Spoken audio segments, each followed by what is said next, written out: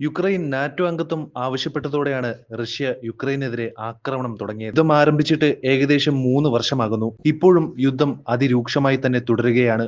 കൊണ്ടും കൊടുത്തും ഇരു രാജ്യങ്ങളും വാശിയിൽ മുന്നേറുകയാണ്. റഷ്യയിൽ യുക്രൈൻ നടത്തിയ ആക്രമണത്തെക്കുറിച്ചുള്ള വിവരങ്ങളാണ് പുറത്തുവരുന്നത്.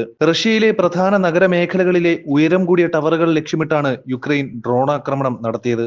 ആക്രമണത്തിൽ തകർന്ന കെട്ടിടങ്ങളുടെ വീഡിയോ ദൃശ്യങ്ങൾ പുറത്തു വന്നിട്ടുണ്ട്. യുക്രൈന് അത്യാധുനിക ആക്രമണ ഡ്രോണുകളും മിസൈലുകളും US നൽകിയിട്ടുണ്ട്. ഇവ ഉപയോഗിക്കാനുള്ള അനുമതിയും അടുത്തിടെ US യുക്രൈന് നൽകിയിരുന്നു. ഇതോടെയാണ് യുക്രൈൻ ആക്രമണം കടുപ്പിച്ചത്. റഷ്യയിലെ പ്രധാന നഗരങ്ങളിലെ വൻകിട കെട്ടിടങ്ങൾക്ക് നേരെ യുക്രൈൻ ആക്രമണം നടത്തുകയാണ്. റഷ്യയിലെ പ്രമുഖ നഗരങ്ങളിൽ ഒന്നായ കസാനിൽ യുക്രൈൻ സൈനിക ഡ്രോൺ ആക്രമണം നടത്തിയതിന്റെ ഞെട്ടിപ്പിക്കുന്ന ദൃശ്യങ്ങളാണ് ഇപ്പോൾ പുറത്തു വന്നിരിക്കുന്നത്. യുക്രൈന്റെ ഡ്രോണുകൾ അവിടെയുള്ള ബഹുനില കെട്ടിടങ്ങളും റെസിഡൻഷ്യൽ അപ്പാർട്ട്മെന്റ് കെട്ടിടങ്ങളും ലക്ഷ്യമിടുകയും അവയിൽ ഇടിക്കുകയും സ്ഫോടക വസ്തുക്കൾ ഉപയോഗിച്ച് സ്ഫോടനം നടത്തുകയും ചെയ്യുന്നത് വീഡിയോയിൽ കാണാം. യുക്രൈൻ ആക്രമണത്തെ തുടർന്ന് കസാൻ നഗരത്തിലെ കെട്ടിടങ്ങളിൽ താമസിക്കുന്നവരെ മാറ്റിപ്പാർപ്പിച്ചിരിക്കുകയാണ്. ഇതുവരെ 6 കെട്ടിടങ്ങൾക്ക് സാരമായ കേടുപാടുകൾ സംഭവിച്ചു.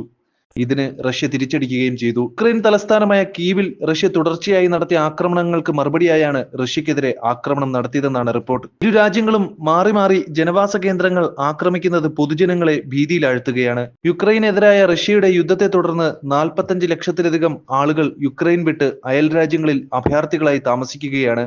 യുദ്ധം യുക്രൈനിലെ സ്ഥിതി ദിനംപ്രതി വഷളാക്കുന്നു. ലോകരാജ്യങ്ങൾ യുദ്ധം നിർത്താൻ റഷ്യയോട് അഭ്യർത്ഥിക്കുന്നുണ്ട്. എന്നാൽ ഇത് റഷ്യ നിരസിക്കുകയാണ് ചെയ്തത്.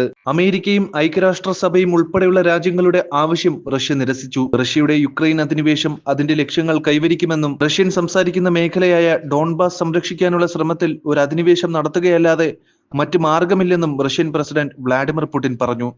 ഇതോടെ ഇരു രാജ്യങ്ങളും തമ്മിലുള്ള യുദ്ധം നീളുമെന്ന് ഉറപ്പായി. വിസ്തൃതിയിലും ജനസംഖ്യയിലും സൈനിക ശക്തിയിലും റഷ്യയേക്കാൾ കുറവുള്ള യുക്രൈൻ ഇത്രയും വർഷമായി യുദ്ധം തുടരുകയാണ്. അമേരിക്ക ഉൾപ്പെടെയുള്ള രാജ്യങ്ങളുടെ പിന്തുണയാണ് യുക്രൈന്റെ ശക്തി. അമേരിക്കയും ഫ്രാൻസും ഉൾപ്പെടെ ലോകത്തിലെ വിവിധ രാജ്യങ്ങൾ ആയുധങ്ങളും സാമ്പത്തിക സഹായങ്ങളും യുക്രൈന് നൽകുന്നുണ്ട്.